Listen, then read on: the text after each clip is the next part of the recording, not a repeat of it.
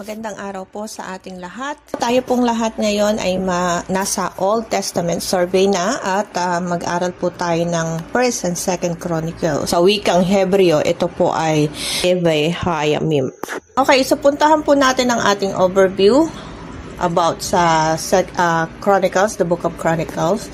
So the book was translated into Greek and divided into two books in the Septuagint in mid-3rd century BC.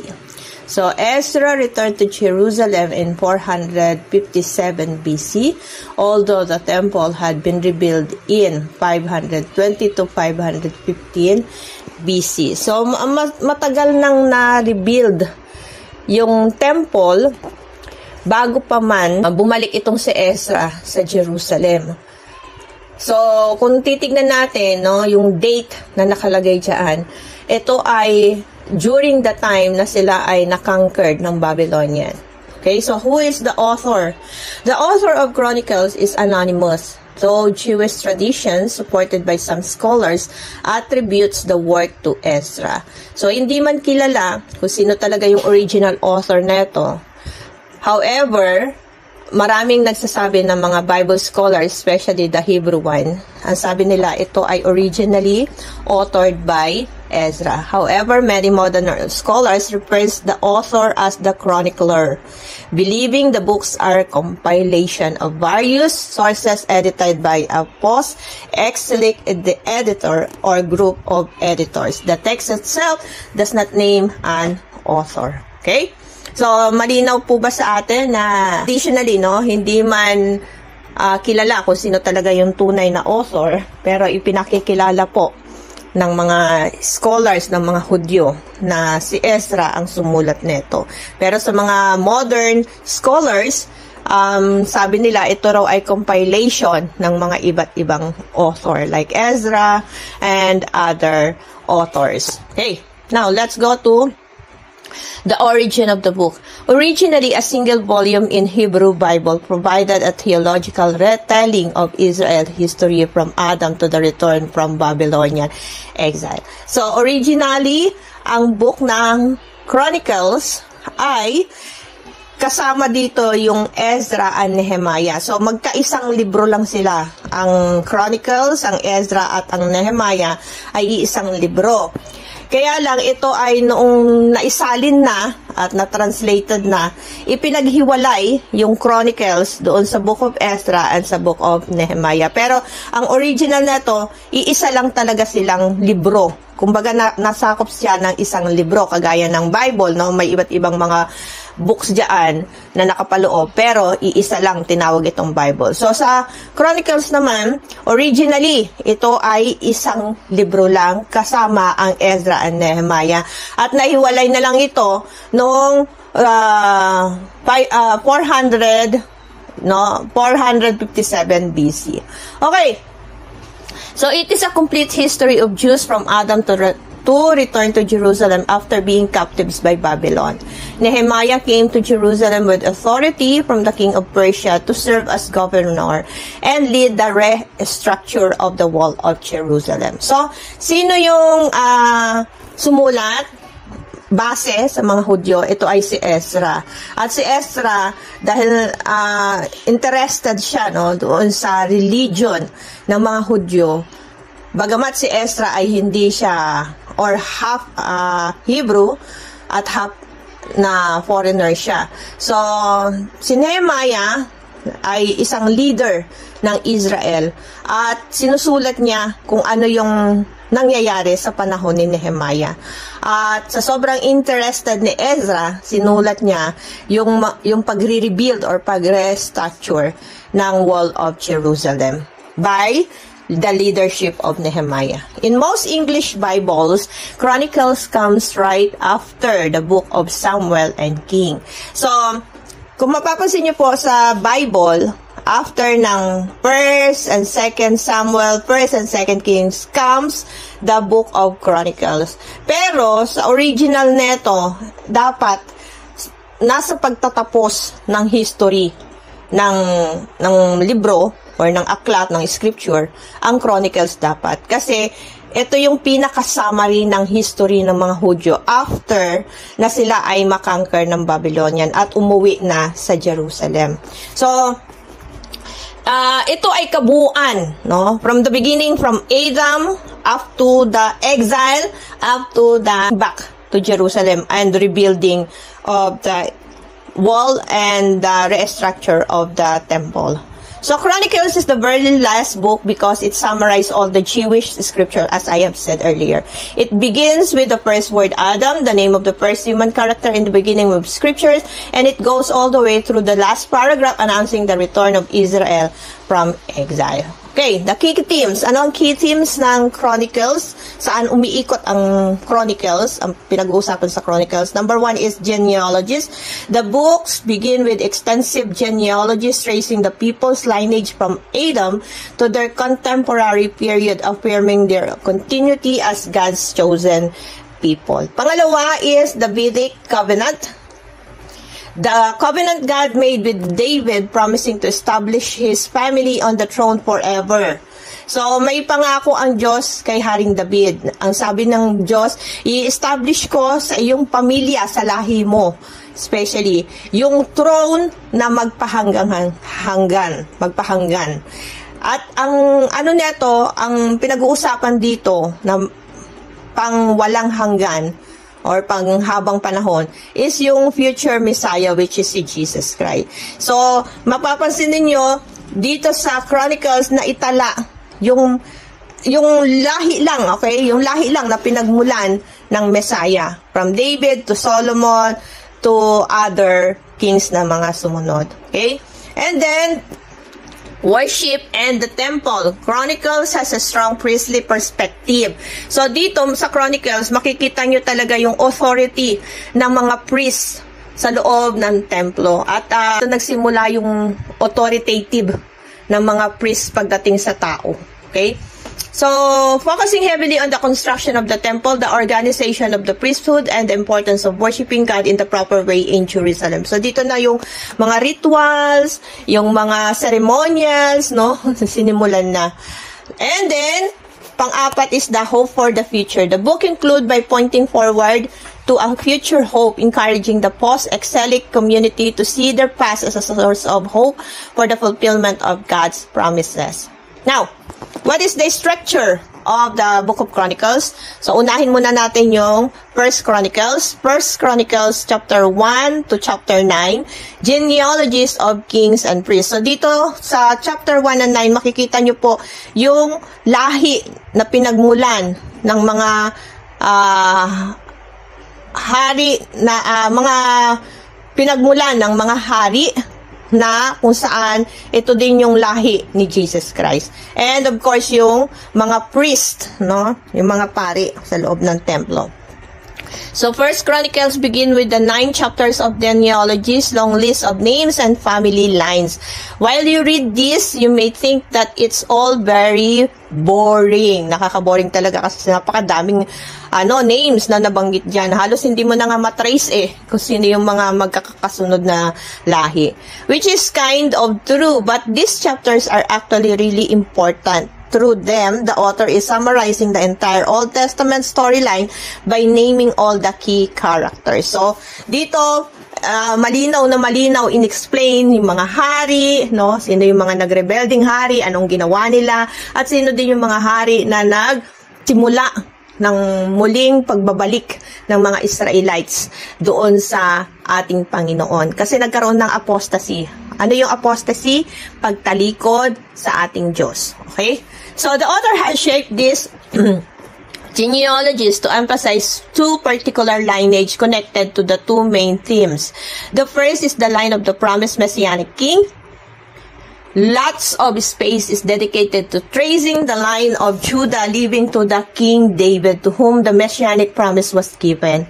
So makikita nyo po dito, no, sa First Chronicles na dito pa lang inuumpisahan ng niluluto yung lahing pagmumulan ni Jesus Christ.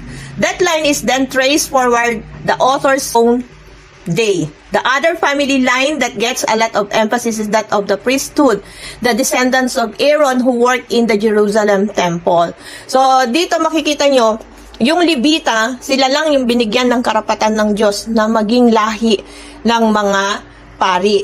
At 4, no, ay hindi talaga inopen ito sa iba't ibang lahi maliban sa mga Levita. Pero of course, sa panahon natin ngayon, open na kahit sinong lahi pwedeng magkaroon ng mga priests or magkaroon ng pagtatalaga ng mga priests sa mga bawat lahi. So right from the start, you can see the two main themes of the Book of Chronicles, hope for the Messiah and the new temple, are rooted deeply in these ancient genealogies. So nakikita natin dito na very important na pag-aralan ang Old Testament kasi ito yung foreshadowing ng kasaysayan ni Jesus Christ. Mamaya kung malalaman niyo po yan, i-explain pa natin further yung foreshadowing of Jesus Christ. Now, in 1 Chronicles chapters 10 to 29, King David as the messianic ideal. From here, we move into stories about David, and while most of this will be familiar from reading the book of Samuel, there are some very important differences. First of all, the author leaves out all the negative stories in which David is portrayed as weak or immoral. So, sa 1 Chronicles, makikita natin doon yung mga negative stories about David. Kung paano siya naging weak, kung paano siya naging immoral. Saul chasing him around the desert and persecuting him. So, makikita uli natin yan. So, sabi ko nga sa inyo, Book of Chronicles is repetitive stories ng 1 Samuel, ng 2 Samuel, ng Book of Kings, no? Paulit-ulit na makikita nyo po doon, nabanggit na sa 1 Samuel, nabanggit na sa 1 King, nabanggit ulit dito sa 1 Chronicles. Kasi nga, ito po yung summary ng kabuuan ng lahat na nangyari from Adam up to the exile at yung magbalik nga sila doon sa Jerusalem from the time of Nehemiah. Kaya kung mapapansin nyo po, parang ito na yung pinaka-summary ng history ng Israel, no? Kaya parang nakaka-boring talaga ito basahin kasi paulit-ulit. Parang nabasa ko na to doon sa 1 King and 1 Samuel. Bakit pa inulit na naman dito? Kasi nga, as I have said, historical book kasi to. Ito yung matatawag talaga na historical book. Okay? Kasi nung mga nakaraan ng mga books, no, na pinag-aralan natin, yung 1 Samuel, yung the Book of Samuel, the Book of Kings, hindi siya matatawag, 'di ba? Na-explain ko sa inyo, and even the Judges, hindi siya matatawag na historical book. Bakit? Kasi merong mga time lapses doon sa pagka-cover ng pagsusulat ng mga libro. Pero dito, eto talaga malinaw na malinaw kasi naitala even yung mga dates kung kailan talaga. So, ito yung pagsasummarize ng kabuuan ng lahat ng story or history sa mga Israelites. Okay, there is also new material that shows David in a very positive light. There's a large block of chapters in which David makes preparation for the first temple, arranging for builders, Levites, and choirs. The author even goes so far as to portray David as a figure like Moses.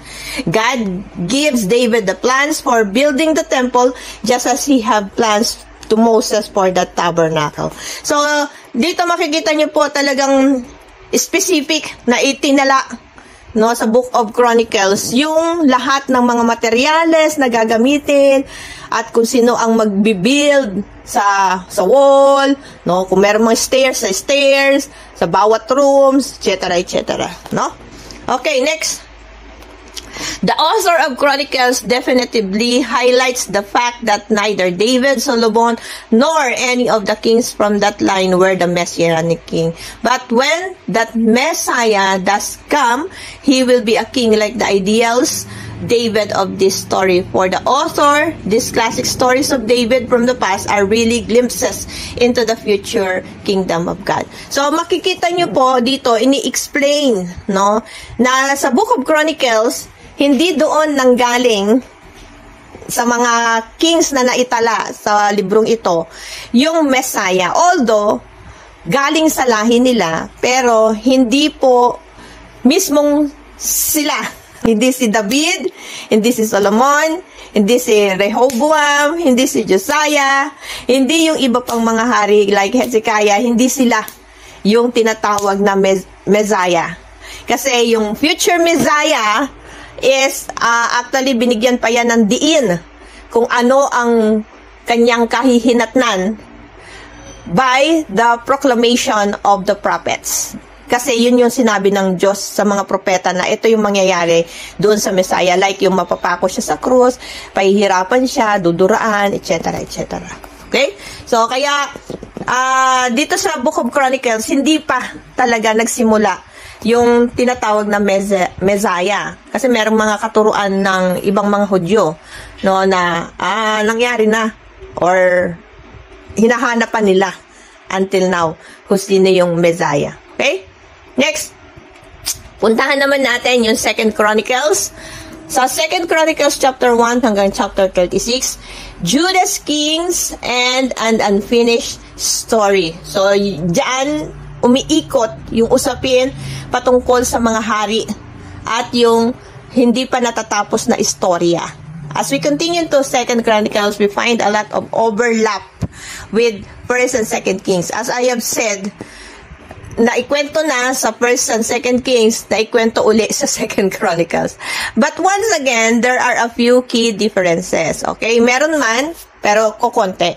The author has left out all the stories of the kings in northern Israel and instead continues his focus on the line of David. So, dito makikita natin, kung nagkaroon ng faction or division from south to north ang Israel, yung northern Israel ay talagang nawala na sila talaga ultimately sa history ng Israel. There is a lot of new material and stories about these Davidic kings, and the author specifically highlights those who were obedient to God and gained success and blessing. The author also supplies new stories about kings who were unfaithful to God. So, naitalaan na naman uli doon sa Book of Chronicles. Those who failed to follow the Torah, led Israel into idol worship, faced horrible consequences, and ultimately brought about the Babylonian exile. And it was all a mess of their own making. This whole section becomes a series of character studies for latter generation. The author wants all the God's people to learn from their family history and become faithful to their God and to the Torah. So dito ay pinakita, no, that once you are not faithful doon sa law of Moses, magiging unblessed ka talaga. Tapos tinalikuran mo pa si God.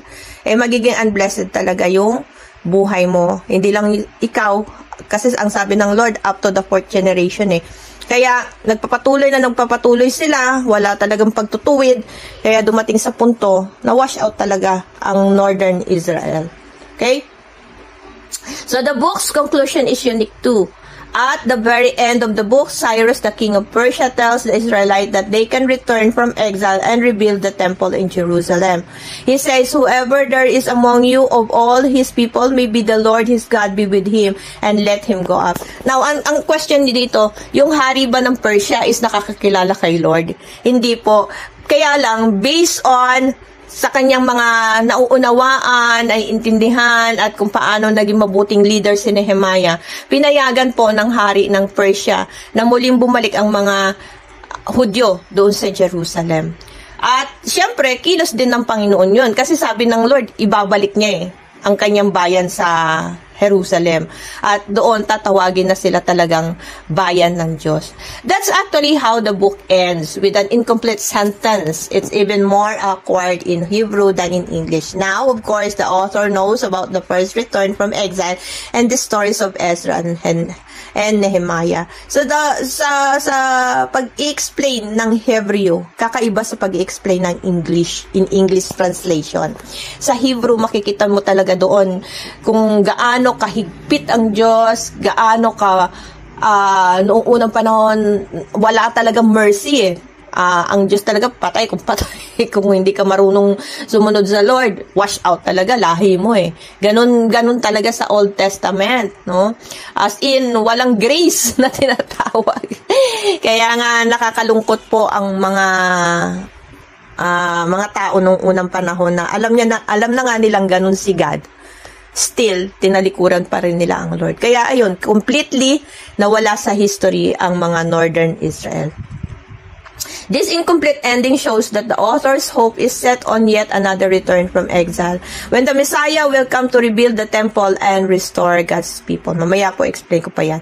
So, the Book of Chronicles, the final books in the Jewish scripture, end by pointing forward. They call upon God's people to look back in order to look ahead. So, nag-end yung Book of Chronicles, doon sa Second Chronicles, nag-end ito sa isang, sabihin na natin essay, no? Pangungusap, na kung saan sinabi ng author na kailangan mong tignan yung nakaraan. Ano ba yung nangyari sa nakaraan? Ano ang nangyari sa mga lahi na mga tumalikod sa Diyos? Ano ang nangyari sa mga kingdom na nawala sa Panginoon? So, you have to look back. Ano yung pagwawagi? Ano yung hindi nila pagwawagi sa battle? Anong nangyari? Bakit nagkaganon? No? Hindi nagwagi. At ano din ang nangyari? Bakit pinagwawagi ng Diyos? Para, nasa ganon, makita mo ano ang kalagayan mo in present time. Kasi hanggat hindi mo nililingon yung mga kabiguan, hindi ka magpapatuloy sa katuwiran. Kung hindi mo rin naman titignan yung mga dahilan ng pagkabigo, no? Hindi mo itutuwid ito sa future. Kaya mo tinutuwid yung future mo kasi nakita mo in the past may nangyaring hindi maganda sa mga taong tumalikod sa Diyos. And even sa panahon natin ngayon, pwede rin ganun eh. Tignan mo kung ano yung kalagayan mo sa nakaraan para makita mo na ano ang pwedeng mangyari sa kalagayan ng mga lahi mo in the future. So, Chronicles conclude the Old Testament as the story in search of an ending. Amen? Now, let's go to the foreshadowing. Meron pa pala. First Chronicles begin with the 9 chapters of the genealogies from the formation of Adam to the Chronicles on post-exilic period. This is followed by a report of the tragic. By the way, so may mga nababanggit akong mga words na medyo hindi familiar sa inyo, like Septuagint. So, ang Septuagint po, ito po yung pag-aaral ng mga Griego, salin ng mga Griego from Hudyo. Okay? And, ito pong post-exilic period, ito po yung, ito yung period na kung saan nasa exile na sila. This is followed by a report of the tragic death of Saul, Israel's first king, and a long description of the reign of David. David is presented as an ideal king who previously cares for the ark, secures Jerusalem, and makes exhaustive preparation for the building of the temple and the organization of its worship. These deeds reflect the chronicler's view that David was chosen by God to inaugurate an eternal dynasty. Kaya, kung makikita nyo po, dito palang pinakikilala na sa Old Testament, yung preparation na mangyayari sa darating na Messiah. First Chronicles is the 13th book in the Old Testament. It follows 2 Kings and precedes 2 Chronicles. Pero sa original, hindi po dapat ganyan eh. So, First Chronicles looks like a history of Judah, the southern kingdom, already related in 2 Samuel, while important historical information is presented. Some of it is at odds with the earlier presentation. First Chronicles should be read as a theological rewriting of the earlier history, designed to demonstrate the continuity of David and Solomon's unity monarchy for Jews of the post-exilic period. So, nakita niyo po dito na ang Southern Kingdom, yun lamang ang natira. At ito po yung pinanggalingan ng ating Panginoong Hesukristo. Now, the Second Chronicles continues the story began in the First Chronicles, chapter 1 to 9, complete the Chronicles presentation of the reigns of David and Solomon as a united monarchy in which the construction of the temple is the sole focus. Chapters 10 to 28 retell the story of divided monarchy following the rebellion of the northern tribes. The focus here is upon the southern kingdom of Judah, so that the northern kingdom is mentioned only when it intersects with the south. These southern kings are evaluated in terms of their adherence to the ideal of David and Solomon. So, paano nagiging mabuting hari? Depende yon sa evaluation. May mga criteria na ipaliwanag ko na yan sa inyo noong nakaraan na book, which is the First and Second Kings. So, merong criteria at Kapag pasok ka doon sa criteria na yon, matatawag ka na righteous king. Okay? So, chapters 29 to 36 relate the story of the monarchy reunited by Hezekiah following the destruction of the northern kingdom in the Assyrian invasion of 722 BCE. So, nakita niyo po yun? Noong 722 BCE, doon nalusaw ang northern kingdom. As in, wala na talaga. Hindi na talaga sila as in, wash out lahat. No, hindi na nakapag-build ulit ng another kingdom. His religious reforms as well as those of Josiah are recounted at great length. Second Chronicles closes with the collapse of the Judah, the deportation of the people to Babylon, and the proclamation of Cyrus the Persian encouraging them to return to their homeland. And the chronicler uses this history of the kings of Judah to recall Israel's movement from being in the land to exile and then to restoration. So, ang ganda lang ng story ng chronicle, ano. Kasi, ako talaga, enjoy kong basahin ang chronicles. Ewan ko ba? Siguro dahil sa mahilig ako sa history. Mataas na grade ko yan noong ako po ay high school and even nung nag-college na ako. So, mapapansin niyo po dito, no? Na ang Chronicles ay kabuuan po ng pasimula hanggang sa ma-exile sila, no? Or ma-captured sila ng Babylon hanggang sa pauwiin sila ng hari ng Persia at ma-restore ang wall and temple ng Jerusalem. So, exile results from unfaithfulness, serving other gods, or failing to seek the Lord. But from the chronicler's post-exilic perspective, even if lateral exile is not the current reality, there can be a loss of blessing or divine favor. So, sabi ng mga ng mga chroniclers na ito, no, base sa kanilang perspective, nawawala talaga yung blessing or divine favor ng Diyos kapag ang isang tao tumatalikod sa God. Kaya mahirap po yung yung ayoko na maglingkod. Meron tayong mga ganang kaisipan, ano? Ayoko na maglingkod. Natatamad na ako maglingkod. Naboboring ako maglingkod. Diba? Yan po ay pag-aalis ng blessing sa iyo ng Lord. Pag ganun po yung thinking mo. No? Yung laging, ayoko na, give up na ako. Pag ganun lagi ang thinking mo, asahan niyo po yan. Hindi ka talaga i-bless ng Lord. Kasi wala kang tiwala kay God eh. Kasi nagsisimula po ang blessing sa pagtitiwala natin sa Lord na kahit na pangit yung nangyayari, pero dahil nagtitiwala ka kay Lord, hindi ka nagbibitaw ng salita na pangit, na wala nang mangyayari. Alam mo, ibibless ka ng Lord. Mark my word. Kaya lang naman nagtagal sa wilderness yung mga Israelites for 40 years kasi marereklamo sila. Ang dami nilang mga negative na mga salita na binibitawan. Ang dami nilang negative na iniisip. Kaya 40 years, instead sana na 2 linggo lang or 3 linggo, mararating na nila ang promised land. Tumagal eh. Kasi dahil wala silang tiwala sa Lord. Laging nagre-reklamo. Nagre-reklamo sa leader, nagre-reklamo sa pagkain, nagre-reklamo sa tubig, nagre-reklamo sa tirahan, no? Lahat nare-reklamo. Pero kung natututo lang sana tayong magtiwala sa Lord kahit dumadaan tayo sa pagsubok ng buhay, bibless tayo ng Lord eh. Mapapadali lahat ng blessing sa atin. Kaya lang naman tumatagal yung pagdating ng blessing, mareklamo kasi. Amen? So, 2 Chronicles covers the time from Solomon's accession to the throne until the southern kingdom of Judah was finally carried into exile in Babylon in 586 BC. Itong kagandahan eh. Bagamat may mga unrighteous na mga hari sa southern kingdom, bakit hindi sila Kasi meron kasing pagsamba sila sa Diyos. Hindi sila kasi tumalikod sa Lord eh. Hindi kagaya ng northern na talagang totally tumalikod sila at sumamba na sa Diyos-Diyosan.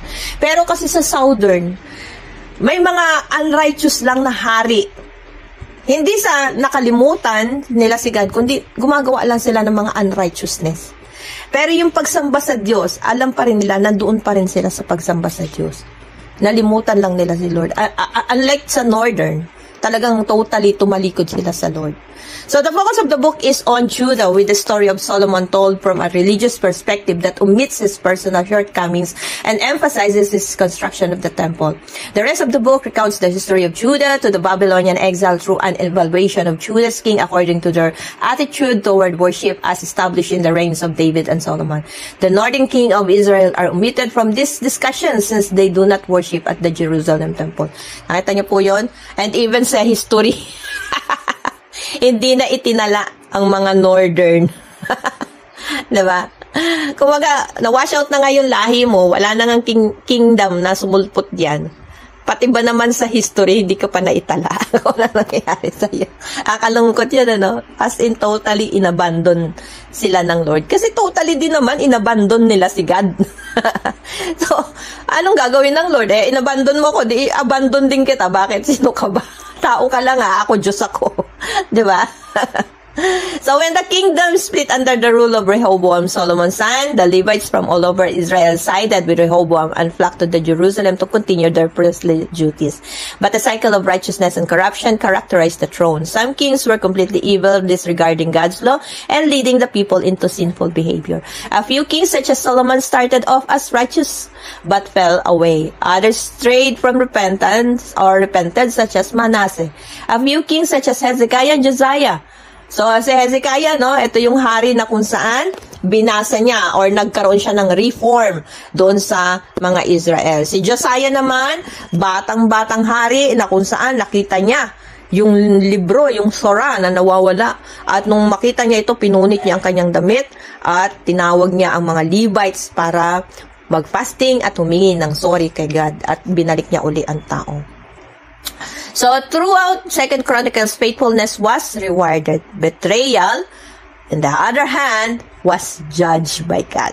While important historical information is presented, some of it is at odds with the earlier of presentation. 2 Chronicles should be read as a theological rather than a historical rewriting of the earlier history designed to demonstrate the continuity of David and Solomon's unity or united monarchy with the struggling post-Exilic community to which the book was addressed. Now, what is the foreshadowing of the Chronicles? Kasi sa pag-aaral po ng Old Testament survey, tinitingnan natin dito, ano ang relation nito sa panahon natin ngayon? Sa panahon under by the grace of God through Jesus Christ. Kasi hindi na isulat ang Old Testament para lamang makita ang history.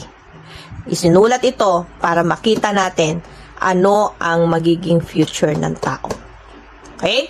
Kaya may Old Testament, kaya hindi pwede nating sabihin na, hindi na natin kailangan ng Old Testament, New Testament lang tayo. No? Kasi under by Jesus Christ na tayo, under by grace. Hindi po. Kailangan natin tignan ng Old Testament para maunawaan natin ano ang nangyari sa nakaraan para makita natin bakit binigay ang grace sa panahon natin. Kasi nga walang makasunod eh.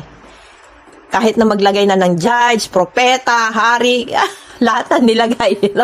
Lahat na ng batas nilagay pero wala pa rin nakaabot sa kalwatian ng Diyos. Kaya dahil dyan, sabi ng Lord lahat, mapupunta na talaga sa impyerno eh. Kasi wala man lang nakaabot sa kalwalatian ng Diyos eh. Kaya sa New Testament, ang solusyon na lang talaga ng Lord is yung kanyang anak ibigay sa atin. Kaya napakaganda po ng pangyayari. Ngayong meron na tayong Jesus. Okay? Jesus is the son of David. His kingdom is everlasting. Jesus is the perfect king, unlike the flawed kings of Chronicles. 2 Chronicles highlights the building of the temple and its glory under Solomon, but shortly after the temple becomes corrupted and eventually destroyed, this sets up the expectation for a better, eternal, unshakable kingdom. So, paulit-ulit na nire-rebuild yung templo ng Diyos hanggang sa na-captive na sila ng Babylonian and then Persia, hanggang sa pinauwi na sila ng King of Persia doon sa Jerusalem at nire-rebuild nila ito. Still, nakankar na naman, nasira na naman yung temple.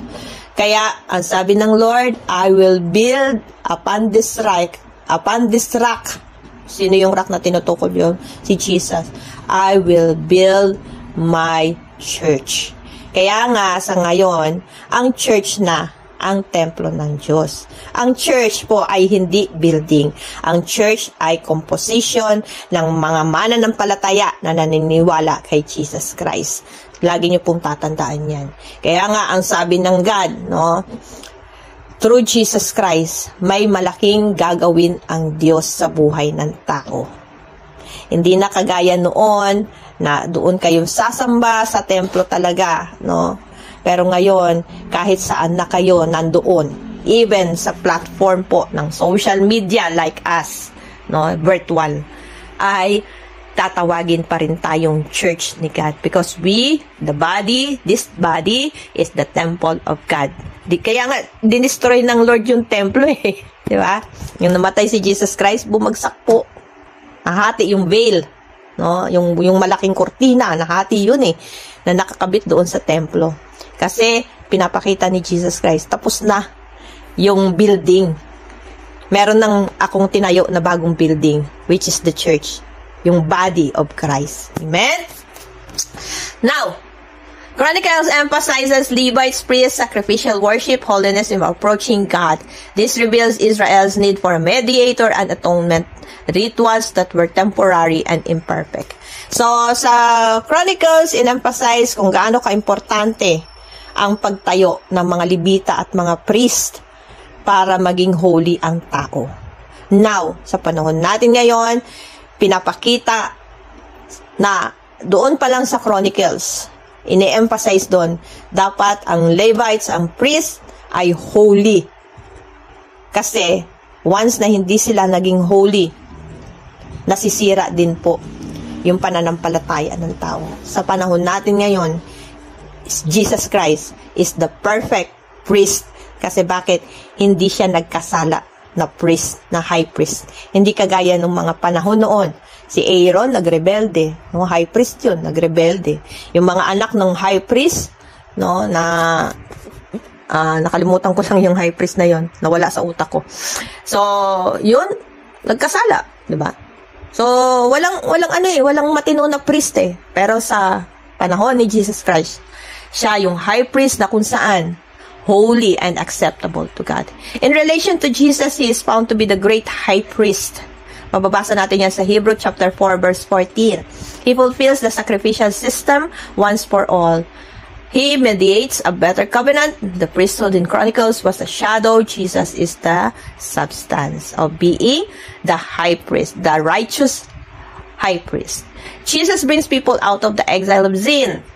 Through freedom from bondage of slavery, he restores us to God. He builds a new people, the church. Yan yung pinapaliwanag ko sa inyo, no? Wala nang temple building. Nilusaw na yan ni Jesus Christ. Ano na ang meron ngayon? The church. Tayo. Mismo, ang tao. Amen? Kaya kahit na anong platform ka, hindi na tatawaging, hindi ka nasasamba doon sa templo. Sabi nga ng Lord darating ang panahon, hindi ka na pupunta doon sa bundok. Kasi doon yung nakalagay yung Jerusalem, no? Na temple. Hindi ka na pupunta doon para sumamba sa Diyos. Kasi bakit? Kahit saan ka na, kahit pa virtual church ka, pwede ka sumamba sa Lord. Amen? So, the first and second Chronicles foreshadowing Jesus by emphasizing the Davidic king, the temple, the priesthood, and the God's restoration, all of which point to the greater king, greater temple, greater priest, and greater savior fulfilled in Jesus Christ. Hallelujah! Praise God, no? Ang ganda. Alam niyo, ang ganda talaga pag-aralan ng Old Testament. At kahit ako, unti-unti pinag-aaralan ko. Until now, hindi pa nga ako tapos sa pag-aaral eh. Paulit-ulit pa rin ako. Kaya kung mapapansin ninyo, bakit ang daming alam ni Pastora? Hindi dahil na-research ko lang.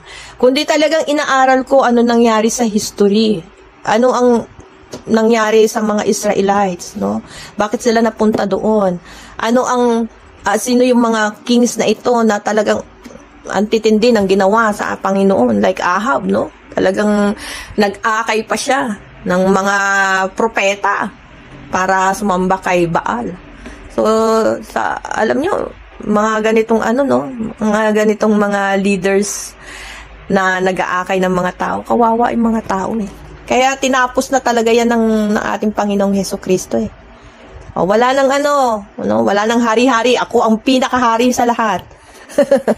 Wala nang high priest. Ako na ang pinaka-high priest. Kaya kung meron pa man magsasabi na ako ang masusunod dito kasi ako ang high priest ng church, ay mali po yun.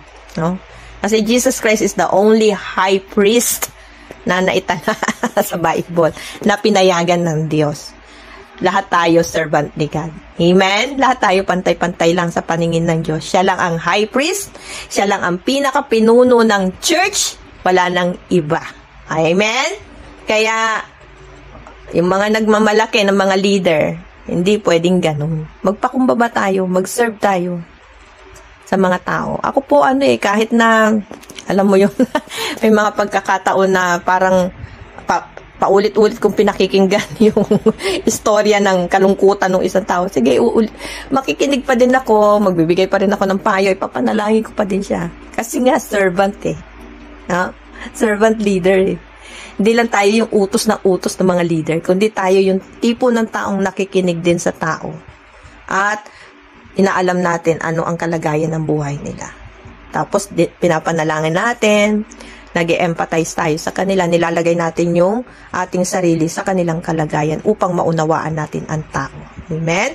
So sana magkapulutan ng malaking lesson sa atin ang Old Testament, na yung totally pagtalikod sa Diyos, di po talaga maganda yan. Nakakalungkot. Amen?